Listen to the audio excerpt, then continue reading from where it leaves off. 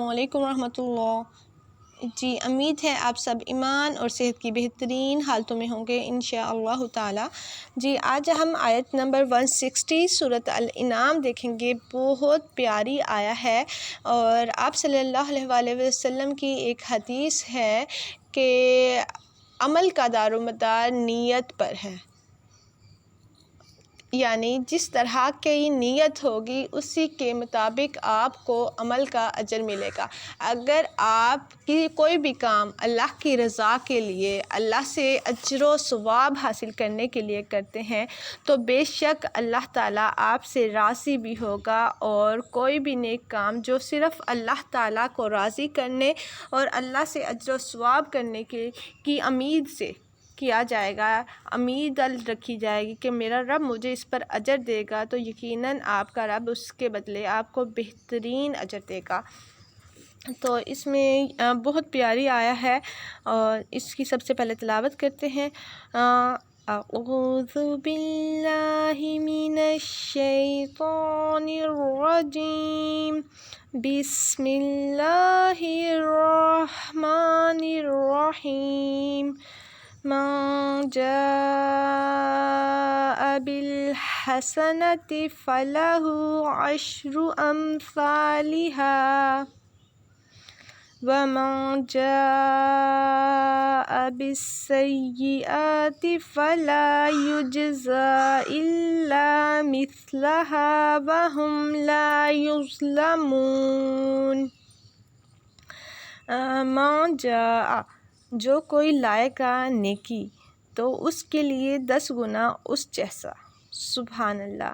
یہ ہمارے رب کا احسان ہے کہ اگر ہم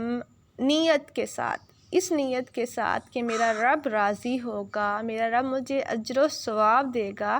عمل کا دار و مدار نیت پر ہے، تو جب نیت ہی ایسی ہوگی تو بے شک آپ کا رب نیکی کے حساب سے آپ کو 10 گنا اجر دے گا یا اس جیسا۔ اگر نیکی ہم کرتے ہیں اور اس میں ہماری بہت سے دنیاوی مفاد بھی چھپے ہوتے ہیں، ہم فوتگی پر جاتے ہیں، اس وجہ سے جاتے ہیں کہ وہ بھی بندے ہماری گھر آئے تھے، ہمارے گھر میں ہمارے دکھ میں شریک ہوئے تھے، تو اس کا اجر ہمارا اسی کے برابر ہوگا جس قدر ہم نیکی کی، یعنی کہ نماز جنازہ پڑھی، نماز جنازہ کا اجر ملے گا۔ اس کے برعکس اگر کوئی شخص، آپ صلی اللہ علیہ وآلہ وسلم نے فرمایا، اگر کوئی شخص اپنے مومن بھائی کے جنازے میں اس لیے شریک ہوا کہ وہ اس کا حق ہے اور وہ اللہ کی رضا کے لیے اس کے جنازے میں شریک ہوا اور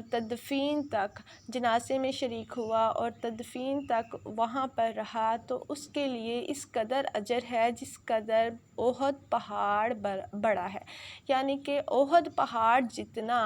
اجر ملتا ہے اپنے مومن بھائی کے جنازے میں شامل ہونے کے لیے، آپ صلی اللہ علیہ وآلہ وسلم کی حدیث کی روح سے۔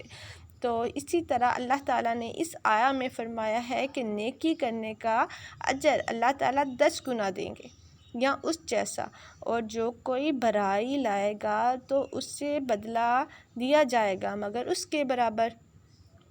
برا کام کرنے پر بدلہ صرف اتنا جتنا برا کام کیا ہے۔ اگر آپ نے کسی کو نقصان پہنچایا ہے، کسی کو ضرر دیا ہے، کسی کو تکلیف دی ہے، تو آپ کو بدلہ صرف اتنا ہی ملے گا جتنا آپ نے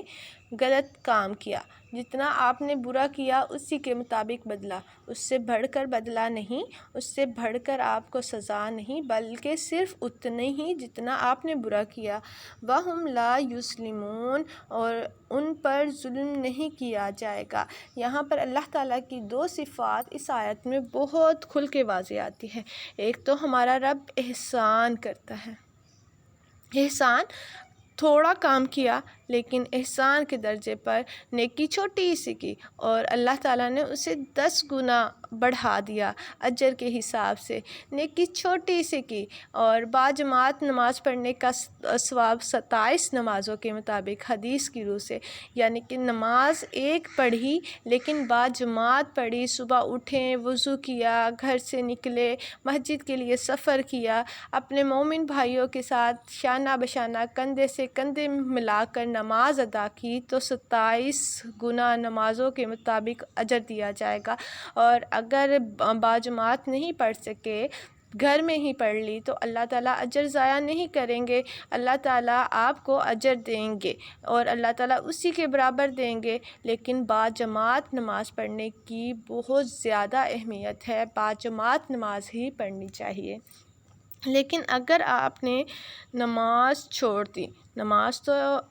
پلر آف دی اسلام ہے، تو آپ نے پلر ہی چھوڑ دیا، آپ نے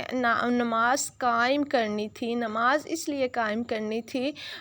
تاکہ آپ اللہ کے ساتھ تھوڑی سی ٹاک کر لیں، اللہ سے باتیں کر لیں، اللہ تعالیٰ کی تعریف بیان کر دیں، اور نماز کے بعد اللہ کے حضور اپنی تمام حاجات رکھیں، اللہ تعالیٰ سے مانگیں، اللہ تعالیٰ پر بھروسہ رکھیں۔ یہ سب کچھ نماز ہمیں درس دیتی ہے۔ اگر نماز نہیں آپ پڑھ سکے تو آپ کو اسی کے مطابق ہی آپ کو سزا ملے گی، پنش ملے گی، آپ کو اسی کے مطابق بدلہ دیا جائے گا، اس سے بڑھ کر نہیں،